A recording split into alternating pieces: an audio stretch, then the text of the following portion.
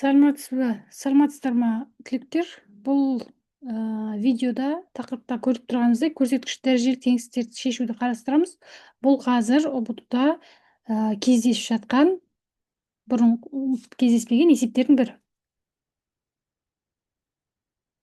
Көрсеткіш дәрежелік теңестіктерді шешу үшін төменде берілген ережені қолдану қажет. Мұндағы а дегеніміз, көріп тұрсыздар, негіздері бірдей. А дегеніміз ол адан тәуелді, x-тен тәуелді қандай да бір функция болсын, немесе санда бола алады. Және де f пен g дегенімізде оларда x-тен тәуелді функциялар. Функциялар жалпы түрде қысқартылып a және f, g деп жазылып тұр. Енді осы жағдайда біз негізі көрсеткіштік функцияның негізі қасиеті бойынша a негізі бізде ол 0-ден артық, яғни оң сан, және де 1-ге тең емес болу қажет. Соны ескере отырып, бірінші a дегеніміз негізі 1-ден артық сан болса, онда бізде негіздер бірдей болғандықтан тек қана дәрежелерін салыстырамыз. Дәрежелері бізде теңсіздік таңбасын өзгертпей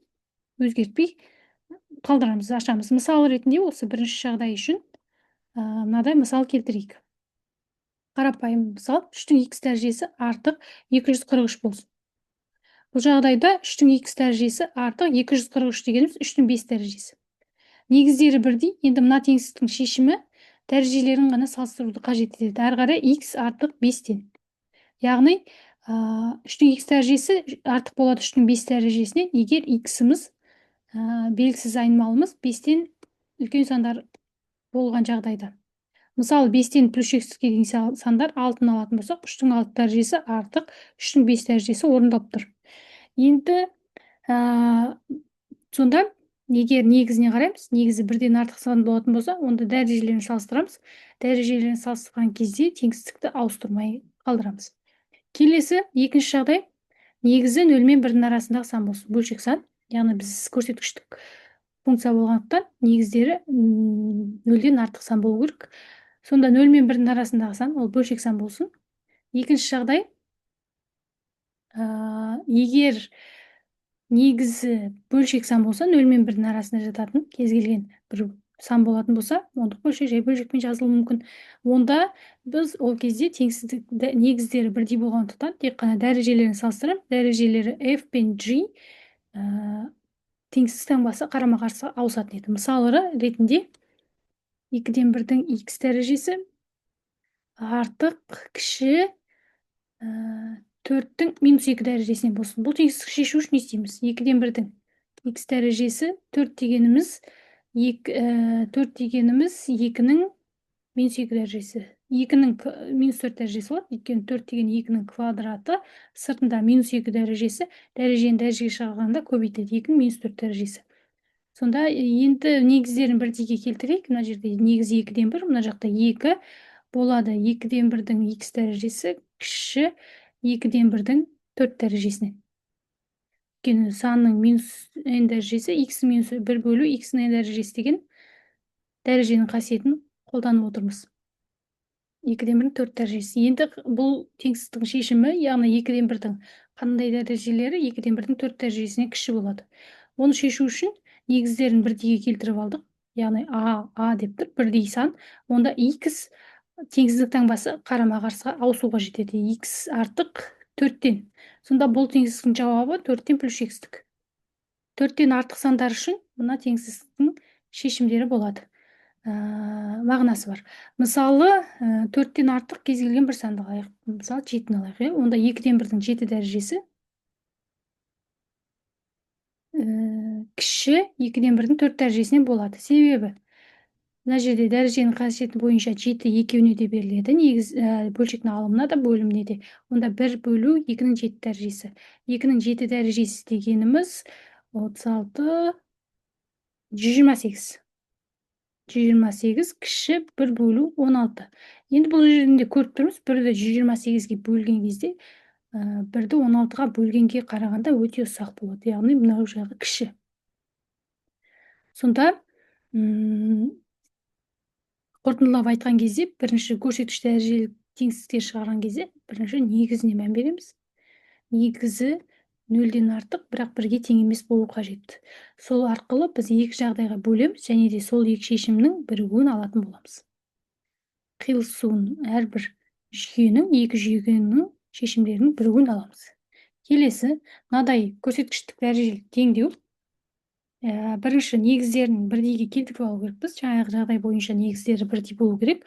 Онда x минус 2-нің x дәрежесі кіші x минус 2-нің 0 дәрежесінен болады. Енді біздің жағдайымызда негіздері бірдей болды. Бірінші жағдай негізі бірден артық болса, жаңағы ереже бойынша негізі бірден артық болса, онда теңсіздік таңбасын ауыстырмай дәрежелерін ғана салыстыра саламыз. Бірінші теңсіздіктер жүйесін құрастырдық. Келесі негізіміз 0 мен 1 арасында орналасса, яғни бөлшек сан болса, 0 мен 1 арасындағы, онда дәрежелерін ғана салыстырған кезде, мына жерде 0 дәреже, салыстырған кезде x кіші 0 болып ауысады. Және де осы екеуінің шешімінің бірігуін аламыз. Енді бірінші теңсіздікті шешіп алайық. Біріншісін шығаратын болсақ, x артық 3-тен болады, және де x артық 0-ден. Бұл жүйенің шешімі 3 деген мына жерде орналассын, 3-тен артық, және де 0-ден артық. Жүйе болғандықтан, жерде фигуралық жақша, онда біз оның қиылысатын жерін аламыз. 3-тен плюс x-тік. Екінші теңсіздікті шығарайық. Екіншісін шығаратын болсақ, ол мына теңсіздік. Оның шешімі x бізде минус 2 мен 1-дің арасында. 2-ке қосып жіберейік. Теңсіздіктің екі жағынан үшеуінен қатар x кіші 2 кіші 3-тен болады. Келесі теңсіздік x кіші 0-ден. Жүйеге аламыз. Сонда 2 мен 3-тің арасында және де 0-ден кіші. X-іміз 0 деген 2-нің сол жағында орналасады. 0-ден кіші. Енді бұл жерде көріп тұрмыз, боялған аралықтар 2 рет қатарынан боялған, қиылысу аралығы жоқ, бос жиын. Енді бізге қажет бірігуі, мына екі шешімнің бірігуін алатын болсақ, 0-ден плюс x-тің, 3-тен плюс x-тің және бос жиын.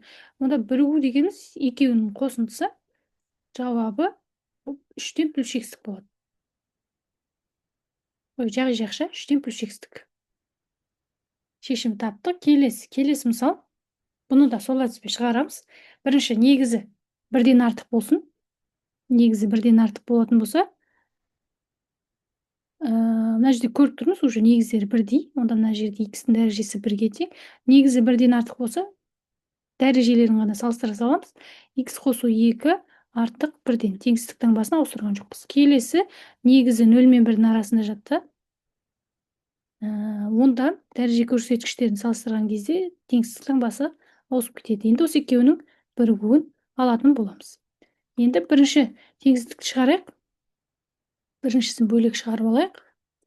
Ол x артық 1-ден, x артық минус 1-ден. Бірігуін, қиылысуын анықтаймыз. 1 мына жерде 1-ден артық, және де минус 1-ден артық. Бұның шешімі 1-ден плюс x-тік болып тұр. Келесі, екінші теңсіздік шығарамыз. Жүйелерін, теңсіздіктер жүйесін шығарамыз. Екіншісін, сонда бұл жерде x өзі 0 мен 1-дің арасында жатыр дейді. Екіншісінде x кіші минус 1-ден дейді. 0 мен 1-дің арасында және де минус 1-ден кіші. Минус 1-іміз сол жақта. Минус 1-ден кіші. Мына жер. Сонда жауабы бос жиын. Өйткені екеуі қиылысқан жоқ. Енді мына екеуін бірігуін аламыз. Яғни 1-ден плюс x-тік пен бос жиын. Бұл екеуінің бірігуі бізде жауабы 1-ден плюс x-тік болып шығады. Бірігу дегенді қайталап жүрсек, 1-ден плюс x-тік және де екіншісі ешқандай бос жиын. Штрихталмаған. Онда екеуіне бірігу дегеніміз кем дегенде біреуінің шешімі болатын аралық, онда ол 1-ден плюс x-тік болады. Келесі, бұл жерде бірінші негіздерін бірдей келтіріп алайық. x минус 2-нің x квадрат минус 4 дәрежесі, ал 1 дегеніміз x минус 2-нің 0 дәрежесі. Енді осы жерден негізі бірінші 1-ден артық болсын. Оң сан болса, 1-ден артық, бүтін сандар, кез келген сан болуы мүмкін. 1-ден артық сан болса, онда дәрежелерін ғана аламыз. Дәрежелерін салыстырған кезде теңсіздік таңбасын өзгертпейміз. бастапқы берілген мына теңсіздік. Келесі, негізіміз 0 мен 1-дің арасында орналасса,